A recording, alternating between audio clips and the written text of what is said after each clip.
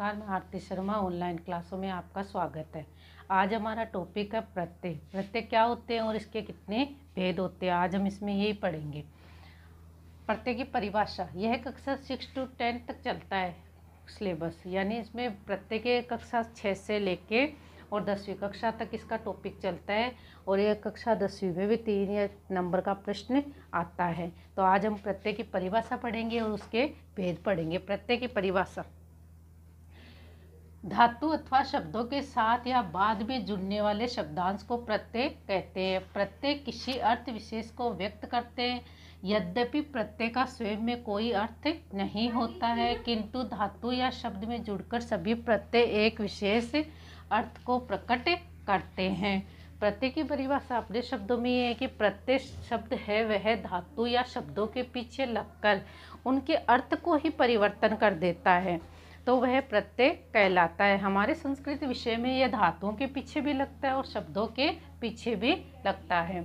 जैसे इसकी सरल परिभाषा ये है, किसी धातु अथवा शब्द के बाद किसी विशेष अर्थ को प्रकट करने के लिए जो शब्द जोड़ा जाता है उसे प्रत्यय कहते हैं। जैसे हमारी धातु आती है पठ। पठ धातु हमारी आती है। इस पठ धातु में हम कत्वा प्रत्यय जोड़ते हैं। पठ धातु का अर्थ होता है पढ़ना। पठ धातु का अर्थ होता है पढ़ना और हम इसमें कत्वा प्रत्यय जोड़ेंगे। कत्वा प्रत्यय का त्वा शेष रहता है तो शब्द बन जाता है पठित्वा। शब्द बन जाता है पठित्वा और इसका अर्थ अब परिवर्तन हो जाएगा। जैसे पठ धातु का अर्थ पढ़ना था और प्रत्यय जुड़ते ही पठित्वा हो गया और पठित्वा शब्द का ही अर्थ परिवर्तन हो जाएगा। पठ धातु का तो ये हो जाएगा पढ़ कर, इसका अर्थ परिवर्तन हो गया। यानी प्रत्यय किसी धातु या शब्द के पीछे लगते हैं तो उसका अर्थ परिवर्तन कर देते हैं। प्रत्यय के भेद, प्रत्यय 3 प्रकार के माने गए हैं संस्कृत विषय में, जिसमें है पहला कृत प्रत्यय जिसको अपन कृदंत प्रत्यय भी कहते हैं, दूसरा है तद्धित प्रत्यय और तीसरा है स्त्री प्रत्यय।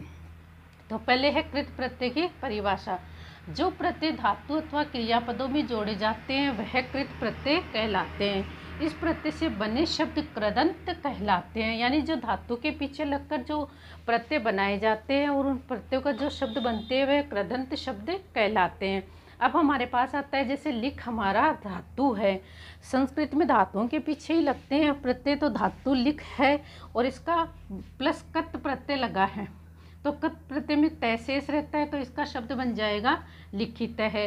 वैसे ही हमारी पठ धातु है प्लस कत्वा प्रत्यय तो कत्वा का त्वा शेष रहता है और ये हमारा बन जाता है पठित्वा। ये हमारे धातु के पीछे लगने वाले प्रत्यय कृत प्रत्यय कहलाते हैं।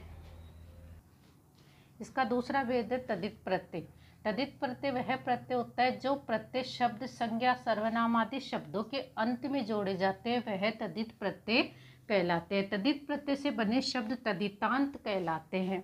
जैसे वो तो शब्द जुड़ते हैं धातुओं के पीछे कृत प्रत्यय तो, और तद्धित प्रत्यय जुड़ते हैं शब्दों के पीछे। जैसे हमारा शब्द है सुंदर, सुंदर शब्द आएगा हमारे पास और प्रत्यय आएगा तल।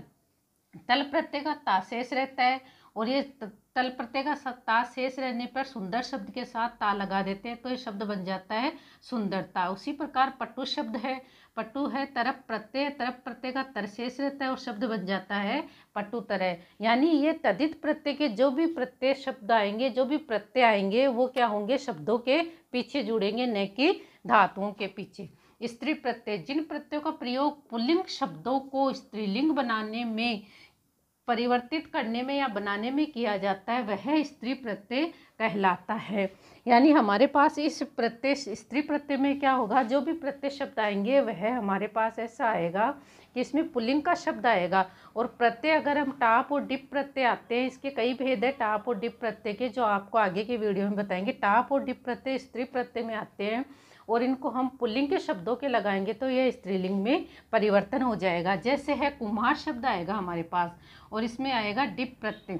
डिप प्रत्यय का क्या शेष रहता है, ई शेष रहता है। कुमार को हम ई लगा, डिप प्रत्यय का ई शेष रहने पर ई लगा देंगे तो ये शब्द बन जाएगा कुमारी। उसी प्रकार अजय शब्द है, प्लस टाप प्रत्यय है, टाप प्रत्यय का भी क्या रहता है, आशेष रहता है।